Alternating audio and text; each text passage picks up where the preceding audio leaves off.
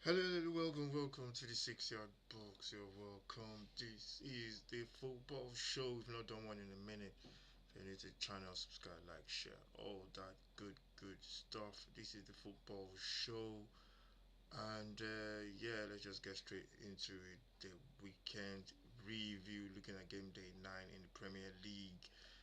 As there's loads of big shocks in the Premier League as well, and yeah, it shows how difficult this league is this season. And anybody can really beat anybody. And yeah, if you're new to the channel, subscribe, like, share. This is the 6 Yard Box. We're back in full effect after some holiday in the sun. So let's get straight into the fixtures.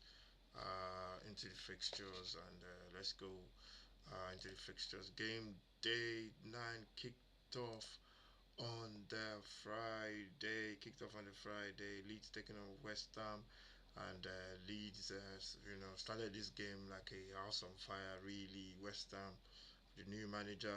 We're still waiting for that new manager Barnes, and Leeds just rolled them over, scoring 2 goals, and it was 2-0 at halftime. And Leeds just look really rampant, especially at home. Leeds are going to give a lot of teams a lot of problems. The new teams into the league are really showing what they're made of. They're trying to win games, getting momentum going, making their home ground a little bit tough. And West Ham, they just look beating set pieces again. First goal, we had a great header from I think it was Rodon, that's got the goal from a corner, and it was just a easy goal to score really from that corner. West Ham still keep conceding goals, and the second goal for Leeds United, I think it was from I can't remember who it was again. I think it was Hansen. Can't remember that goal. It's been a while, but Leeds United just look really solid. West Ham put a goal back to Fernandez with a header, and I think Leeds. West Ham just look really flat. They need a lift. They need to start picking up points, but I don't know where the points are going to come from. Fans were going on about the previous manager. You got a new manager now. We're still waiting for that bounce, and excuse me, and the bounce is not coming. And I think they have to start picking up points basically, or else they're going to be struggling. There's almost 10 games in now, and they're going to be struggling. If they don't start picking up points. Then we go to the Saturday fixtures. Newcastle, Fulham. This one was a tough game for both sides. I think Newcastle really made light work, made a lot of work of this. I think Newcastle are not winning games easy at home. Lately, they're just getting over the line, and it was excuse me, it was Jacob Murphy with the first goal after 18 minutes with a cracking shot that came off the post.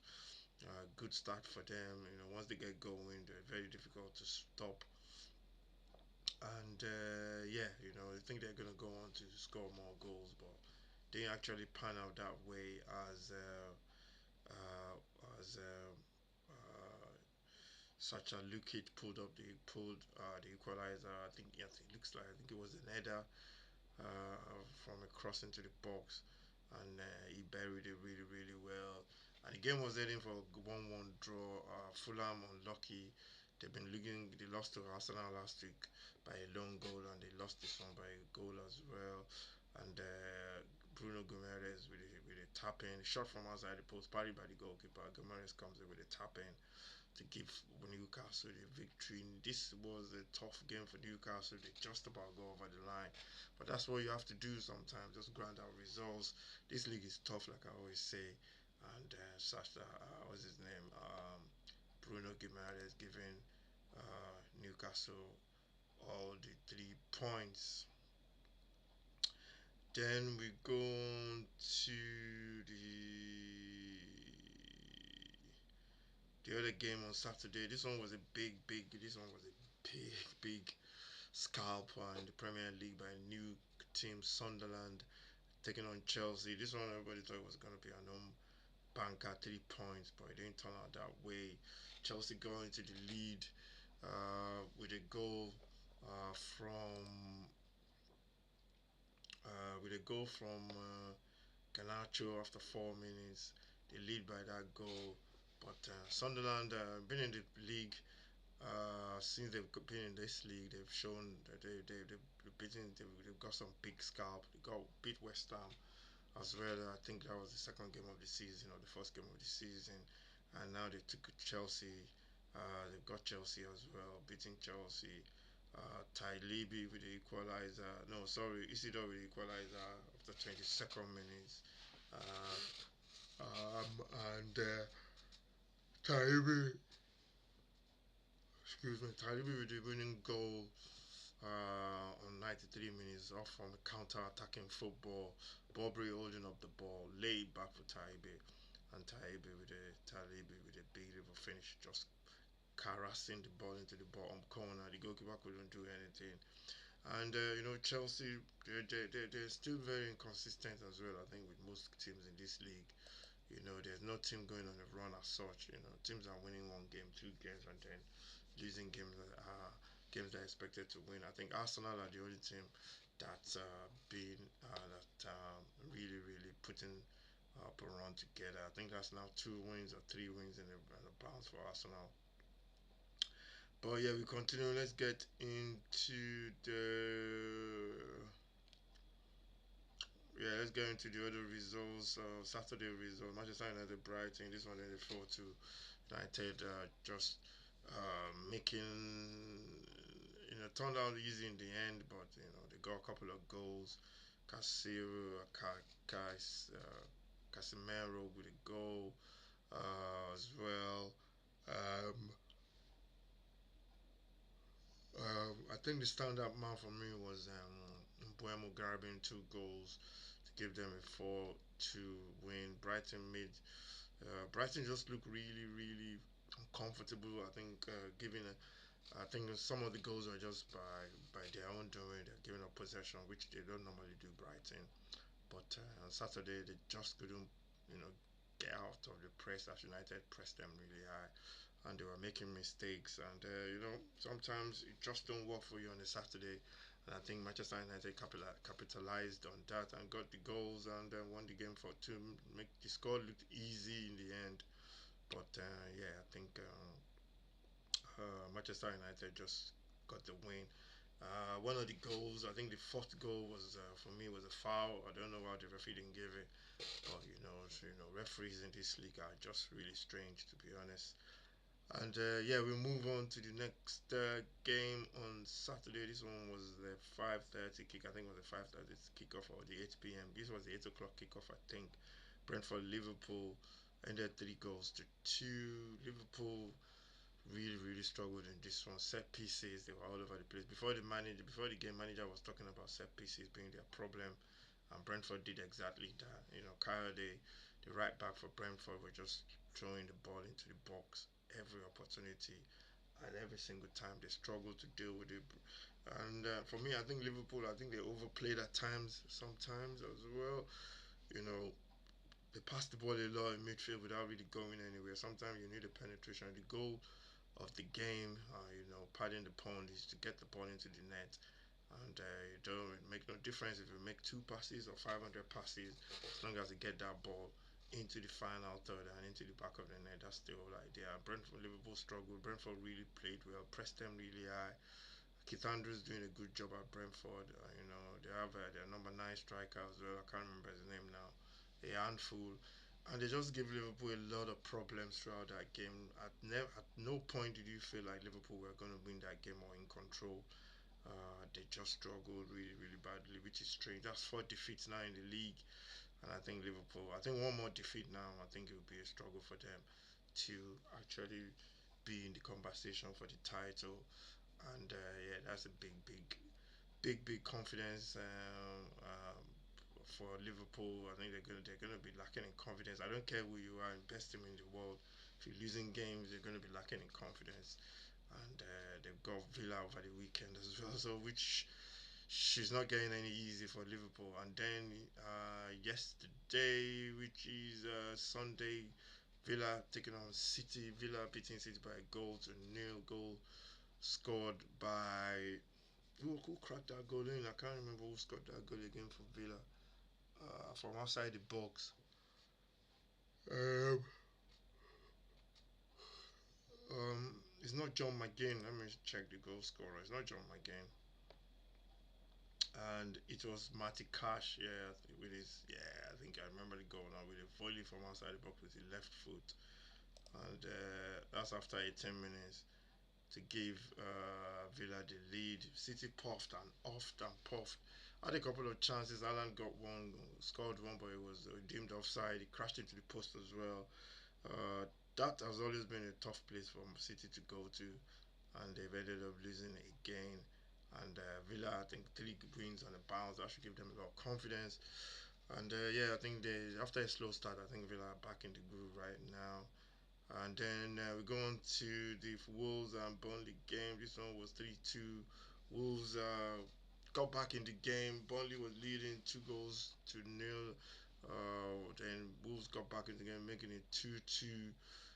And Wolves were just playing catch up. I think Wolves are struggling. I think they definitely ought to go down. We know the story, missing their key players, selling them in the summer. I think they struggled to really get anything going.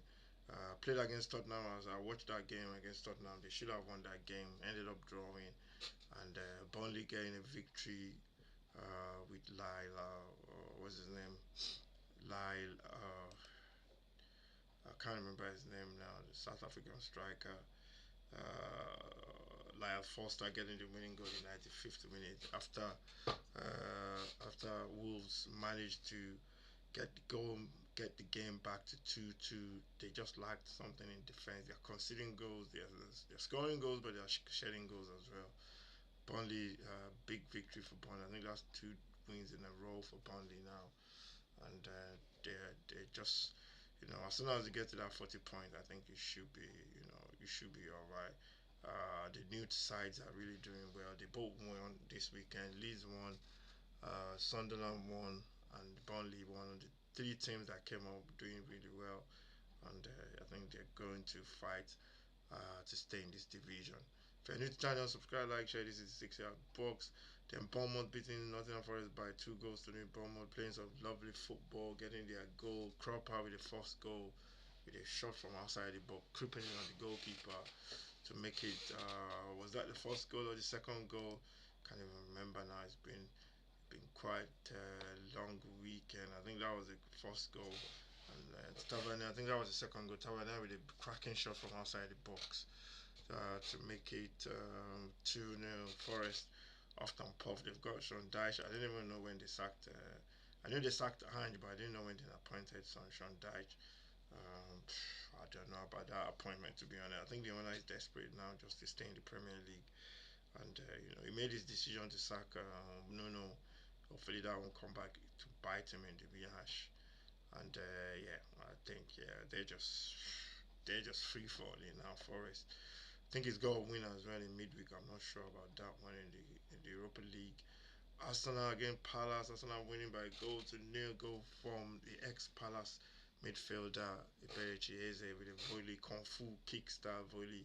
The game had a couple of chances, and Palace had a couple of chances as well. The game was, according to people conversation on social media, people that went to the game and watched, they said the game was not really entertaining, but Arsenal just want to get wins, and that's 3 wins and a bounce. They opened up a 5 points gap from the second place team, which is Bournemouth, and they've got 6 and 7 points on their title rivals in terms of Liverpool and City. So, I think Arsenal, they've got 2 easy games coming up as well. Sunderland and Burnley. You expect at least 6 points from those. So yeah, I think Arsenal they're in a nice groove now, and they can build up momentum, build up points gap going into the busy period in December. Also, Everton, Tottenham. That's the team. I watched my team play on Sunday. Really happy with the result. Tottenham get goals from Van der Ven with 2 goals, and Sarr with the third goals. Tottenham looks after initial struggles at the start, look comfortable defensively. I think Everton played into their hands with the long balls into the box and done so. Van der Ven dealt with it really, really well. Tottenham, not free flowing going forward, but scoring goals from set pieces. I think that's what they are doing now, and they're looking really solid. They need to just convert this away form into their home form as well. And that's what the fans wanted to see. And it's going to be tough over this weekend as they take on Chelsea on Saturday, 5:30 or 5 o'clock kickoff. So that should be interesting. I think anything but a win. I think the fans will start complaining again. And yeah, that was a big victory at Everton. Not to be sniffed at. Everton is a tough, tough place to go and win. And I think that was the first defeat for Everton at their new stadium. So Tottenham winning by 3 goals to nil. Very, very good result. And yeah, that is the weekend fixtures for game day 9. This is the football show. This is the review looking back on the game over the weekend. Game of the week, I think player of the week for this weekend, game day 9. I am going to give that player of the week to. What player can I give player of the week to? Boom, boom, boom, boom, boom. Yeah, player of the week. I think I'm going to give it to Guillermo Vicario of Tottenham for that great save, 2 saves in that game against Everton, and I think I'm going to give that to Guillermo Vicario of Tottenham for that great save against Everton. And yeah, that's the football shows. Another one. Make sure you subscribe to the channel. This is the review game day 9 in the Premier League as Arsenal open up a gap at the top, and Liverpool and Man City drop points. Thank you for watching. Subscribe to the channel. The road to 200 subscribers, and I'll see you very soon.